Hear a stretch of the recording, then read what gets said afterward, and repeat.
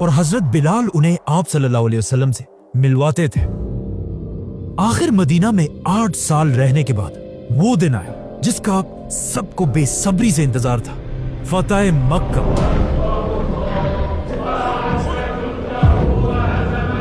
یہ وہی تھوڑے سے مسلمان تھے جو اس سے 8 سال پہلے مکہ کو چھوڑ کر خالی ہاتھ مدینہ گئے تھے، لیکن اب صرف 8 سال بعد آپ صلی اللہ علیہ وسلم 10,000 کی فوج کے ساتھ مکہ میں داخل ہوئے۔ جیسے ہی مکہ فتح ہوا، آپ صلی اللہ علیہ وسلم نے بلال کو اپنے پاس بلایا اور ان سے کہا جاؤ اور مکہ میں پہلی اذان دو۔ حضرت بلال سیدھا کعبہ کی چھت پر چڑھے اور چھت پر کھڑے ہو کر اپنی خوبصورت آواز میں اذان دینے لگے۔ لا الہ الا اللہ۔ مکہ کے سارے سردار حیران ہو کر بلال کی طرف دیکھ رہے تھے، کیونکہ اب بھی ان میں سے کچھ لوگ ایک بلیک غلام کی اتنی عزت برداشت نہیں کر سکتے تھے۔ اسی لیے حضرت بلال کو ایسے دیکھ کر ابو جہل کے بھائی نے کہا کے علاوہ اور کوئی نہیں ملا، اور مکہ کے ایک اور آدمی نے کہا کہ شکر ہے آج میرا باپ مر گیا، ورنہ اس غلام بلال کو اتنی عزت ملتے دیکھ کر اس نے ابھی مر جانا تھا۔ حضرت بلال کی اذان کے بعد آپ صلی اللہ علیہ وسلم نے اعلان کیا کہ مکہ کے سارے لوگوں کو معاف کر دیا جائے اور کسی سے بھی کسی قسم کا بدلہ نہیں لیا جائے گا۔ اس اعلان کے بعد حضرت بلال رضی اللہ عنہ ایک بار اپنے دوستوں کے ساتھ مکہ میں کھڑے تھے کہ اچانک سامنے سے مکہ کے پرانے سردار ابو سفیان گزرے۔ تو حضرت بلال نے ابو سفیان سے کہا کہ ابو سفیان، تم بہت خوش قسمت آدمی ہو کہ اللہ کی تلوار تمہارے گردن تک نہیں پہنچی۔ یہ سن کر ابو بکر رضی اللہ عنہ نے حضرت بلال کو ایسی باتیں کرنے سے روک دیا، لیکن جب آپ صلی اللہ علیہ وسلم کو اس کا پتہ چلا، انہوں نے ابو بکر رضی اللہ عنہ سے کہا کہ اگر تمہاری اس بات سے تم نے بلال کو ناراض کر لیا ہے تو یہ جان لو کہ تم نے اللہ کو بھی ناراض کر لیا ہے۔ یہ سنتے ہی حضرت ابو بکر سیدھا بلال رضی اللہ عنہ کے پاس گئے اور ان سے اپنی کی ہوئی باتوں پر معافی مانگی۔ اس کے علاوہ ایک دن آپ صلی اللہ علیہ وسلم نے یہ بھی فرمایا کہ میں نے بلال کے قدموں کی آواز جنت میں بھی سنی ہے، اور پوری دنیا سے ریسزم ہمیشہ کے لیے ختم کرنے کے لیے آپ صلی اللہ علیہ وسلم نے اپنے خطبے میں کہا کہ کسی گورے کو کسی کالے پر اور کسی کالے کو کسی گورے پر کوئی برتری نہیں۔ جس کے کچھ ہی عرصے بعد آپ صلی اللہ علیہ وسلم بیمار پڑ گئے اور آہستہ آہستہ ان کی بیماری بڑھتی گئی۔ حضرت بلال آپ صلی اللہ علیہ وسلم کو اس حالت میں دیکھنا برداشت نہیں کر سکتے تھے۔ حضرت بلال کہا کرتے تھے کہ کاش میں آپ صلی اللہ علیہ وسلم کی یہ تکلیف دیکھنے سے پہلے ہی مر جاتا۔ اور اس کے کچھ ہی عرصے بعد آپ صلی اللہ علیہ وسلم دنیا سے چلے گئے۔ آپ صلی اللہ علیہ وسلم کو دفنانے سے پہلے جب مدینہ میں نماز کا وقت ہوا تو ایز یوزول حضرت بلال اپنی ڈیوٹی پوری کرنے کے لیے اذان دینے کھڑے ہوئے، لیکن جیسے ہی وہ اذان دیتے ہوئے محمد کے نام تک پہنچے، حضرت بلال رونے لگے اور ساتھ ہی پورا مدینہ رونے لگا۔ اور اس دن کے بعد حضرت بلال نے ارادہ کیا کہ وہ آج کے بعد کبھی بھی اذان نہیں دیں گے۔ آپ صلی اللہ علیہ وسلم کے بعد ابو بکر رضی اللہ عنہ مسلمانوں کے پہلے خلیفہ بنے، لیکن حضرت بلال ان کے دور میں جب بھی مدینہ میں کہیں بھی جاتے تھے انہیں ہر جگہ آپ صلی اللہ علیہ وسلم کی یاد آتی تھی۔ تو وہ ایک دن خلیفہ ابو بکر رضی اللہ عنہ کے پاس گئے اور ان سے کہا مجھے یہاں سے جانے کی اجازت دے، لیکن خلیفہ ابو بکر نے کہا کہ نہیں، تم یہاں مدینہ میں ہی رہو گے۔ یہ سن کر حضرت بلال نے ان سے پوچھا کہ کیا آپ نے مجھے غلامی سے آزاد اپنے لیے کیا تھا یا اللہ کے لیے؟ اگر اپنے لیے آپ نے مجھے آزاد کیا تھا تو ٹھیک ہے، میں کہیں نہیں جاؤں گا، لیکن اگر آپ نے مجھے اللہ کے لیے آزاد کیا تھا تو مجھے مدینہ سے جانے سے نہ روکے۔ جس پر خلیفہ ابو بکر نے انہیں جانے کی اجازت دی اور حضرت بلال مدینہ چھوڑ کر شام کی طرف چلے گئے۔ حضرت ابو بکر کے بعد مسلمانوں کے نئے خلیفہ عمر بن خطاب رضی اللہ عنہ بنے، جنہوں نے اس خلافت کے سائز کو ڈبل اور ٹرپل سے بھی زیادہ کر دیا، یہاں تک کہ یرموک اور قادسیہ جیسی جنگیں جیتنے کے بعد مسلمانوں نے پہلی بار پیغمبروں کے شہر جیروسلم کو فتح کیا، اور جیروسلم فتح کرنے کے فوراً بعد مسلمانوں نے سب سے پہلے وہاں ایک مسجد بنائی، مسجد اقصیٰ۔ جیسے یہ مسجد کمپلیٹ ہوئی، حضرت عمر نے بلال رضی اللہ عنہ کو اپنے پاس بلایا اور ان سے ریکویسٹ کی کہ بالکل مدینہ اور مکہ کی طرح جیروسلم کی پہلی اذان بھی آپ ہی دیں۔ حضرت بلال نے اس سے پہلے اذان دینا چھوڑ دیا تھا، لیکن اب خلیفہ عمر کی ریکویسٹ پر حضرت بلال دوبارہ کھڑے ہوئے اور جیروسلم کی پہلی اذان دی۔ اللہ اکبر اللہ اکبر۔ اس طرح اسلام کی 3 ہولی سٹیز میں مکہ، مدینہ، جیروسلم، سب کی پہلی اذان حضرت بلال رضی اللہ عنہ نے دی تھی، جہاں آج تک ہر دن اسی طرح اذان دی جاتی ہے۔ خلیفہ عمر بلال رضی اللہ عنہ کی اتنی عزت کیا کرتے تھے کہ ایک بار ابو سفیان رضی اللہ عنہ مکہ کے پرانے سرداروں کے ساتھ خلیفہ عمر سے ملنے آئے، اور اسی وقت حضرت بلال بھی کچھ پرانے غلاموں کے ساتھ خلیفہ عمر سے ملنے آئے، تو حضرت عمر نے اپنا سیکرٹری بھیجا، حضرت بلال اور ان کے دوستوں کو اندر آنے کی اجازت دی، اور ابو سفیان اور ان کے سرداروں کو کہا کہ آپ انتظار کریں، خلیفہ بزی ہے۔ یہ دیکھ کر ابو سفیان رضی اللہ عنہ کو غصہ آیا کہ عمر ان پرانے غلاموں کو ہم سرداروں سے زیادہ عزت دے رہا ہے، لیکن وہاں بیٹھے ایک شخص نے ابو سفیان سے کہا کہ اب غصہ کرنے کا کوئی فائدہ نہیں ہے، اسلام ان غلاموں کے لیے بھی آیا تھا اور تم سرداروں کے لیے بھی، لیکن یہ اسلام قبول کر کے آج تم سے آگے نکل گئے اور تم سب پیچھے رہ گئے۔ حضرت عمر بلال رضی اللہ عنہ پر اتنا ٹرسٹ کرتے تھے کہ انہوں نے حضرت بلال کو خلافت کی انٹیلیجنس ایجنسی کا ممبر بنایا تھا، اور حضرت بلال سارے جنرلز کی خبریں خلیفہ عمر تک پہنچاتے رہتے تھے، یہاں تک کہ جب حضرت عمر نے اپنے سب سے بڑے جنرل خالد بن ولید کو ہٹانے کا فیصلہ کیا، حضرت عمر کے اس آرڈر کو خالد بن ولید تک حضرت بلال نہیں پہنچایا تھا۔ مطلب حضرت بلال اپنی زندگی میں مکہ کے ایک عام غلام سے اب دنیا کی سب سے بڑی خلافت کے سب سے بڑے آفیسرز میں سے ایک تھے، بلکہ وہ بلال جسے ایک زمانے میں مکہ میں کوئی دیکھتا بھی نہیں تھا، اب ان کی شادی دنیا کے سب سے امیر آدمی عبد الرحمن بن عوف رضی اللہ عنہ کی بہن سے ہوئی تھی، جس کے بعد آخر حضرت بلال کی زندگی کی آخری اذان کا دن آیا۔ جب حضرت بلال شام میں رہ رہے تھے، ایک رات انہوں نے خواب دیکھا جس میں آپ صلی اللہ علیہ وسلم ان کے پاس آئے اور حضرت بلال سے کہا کہ بلال تمہیں کیا ہو گیا ہے؟ تم اب ہمارے پاس کیوں نہیں آتے؟ جیسے حضرت بلال نیند سے اٹھے وہ رونے لگے اور سیدھا مدینہ کی طرف روانہ ہوئے۔ جیسے ہی حضرت بلال مدینہ پہنچے، ان کی نظر رسول اللہ صلی اللہ علیہ وسلم کے نواسوں حسن اور حسین پر پڑی۔ حضرت بلال نے ان دونوں کو گلے لگایا۔ حسن اور حسین رضی اللہ عنہ نے حضرت بلال سے ریکویسٹ کی کہ اب آپ مدینہ آ ہی گئے ہیں تو ایک بار پلیز آپ صلی اللہ علیہ وسلم کے دور کی یاد دلانے کے لیے اذان دیں۔ اب حضرت بلال اذان دینا تو نہیں چاہتے تھے، لیکن وہ آپ صلی اللہ علیہ وسلم کے نواسے حضرت حسن کی فرمائش نہیں ٹھکرا سکتے تھے، اور حضرت حسن تو دکھتے بھی بالکل آپ صلی اللہ علیہ وسلم کی طرح تھے۔ تو حضرت بلال کئی سالوں کے بعد آگے بڑھے اور مسجد نبوی میں کھڑے ہو کر زور سے اذان دینے لگے۔ اللہ اکبر اللہ اکبر۔ جیسے ہی حضرت بلال کی آواز مدینہ کے گلیوں میں پھیلی، لوگ ان کی آواز سن کر حیران رہ گئے۔ مدینہ کے بازار میں سب اپنی دکانیں کھلی چھوڑ کر رسول اللہ صلی اللہ علیہ وسلم کی مسجد کی طرف بھاگنے لگے، اور حضرت بلال کی آواز سن کر سب کو آپ صلی اللہ علیہ وسلم اور ان سارے صحابہ کی یاد آ رہی تھی جو اب دنیا سے چلے گئے تھے۔ لیکن جیسے ہی ایک بار پھر حضرت بلال اذان میں محمد کے نام تک پہنچے، حضرت بلال کی آواز بالکل رک گئی اور وہ رونے لگے، اور ان کے ساتھ پورا مدینہ بھی زور زور سے رونے لگا۔ حضرت بلال نے دوبارہ کوشش کی، لیکن پھر محمد کے نام تک پہنچ گئے، ان کی آواز رک گئی اور وہ دوبارہ رونے لگے۔ یہ تھی حضرت بلال کی زندگی کی آخری اذان، جس کے بعد وہ واپس شام گئے اور وہیں پر فوت ہو گئے، جہاں آج تک ان کی قبر ہے۔ اور کہا جاتا ہے حضرت بلال کی کوئی بھی اولاد نہیں تھی،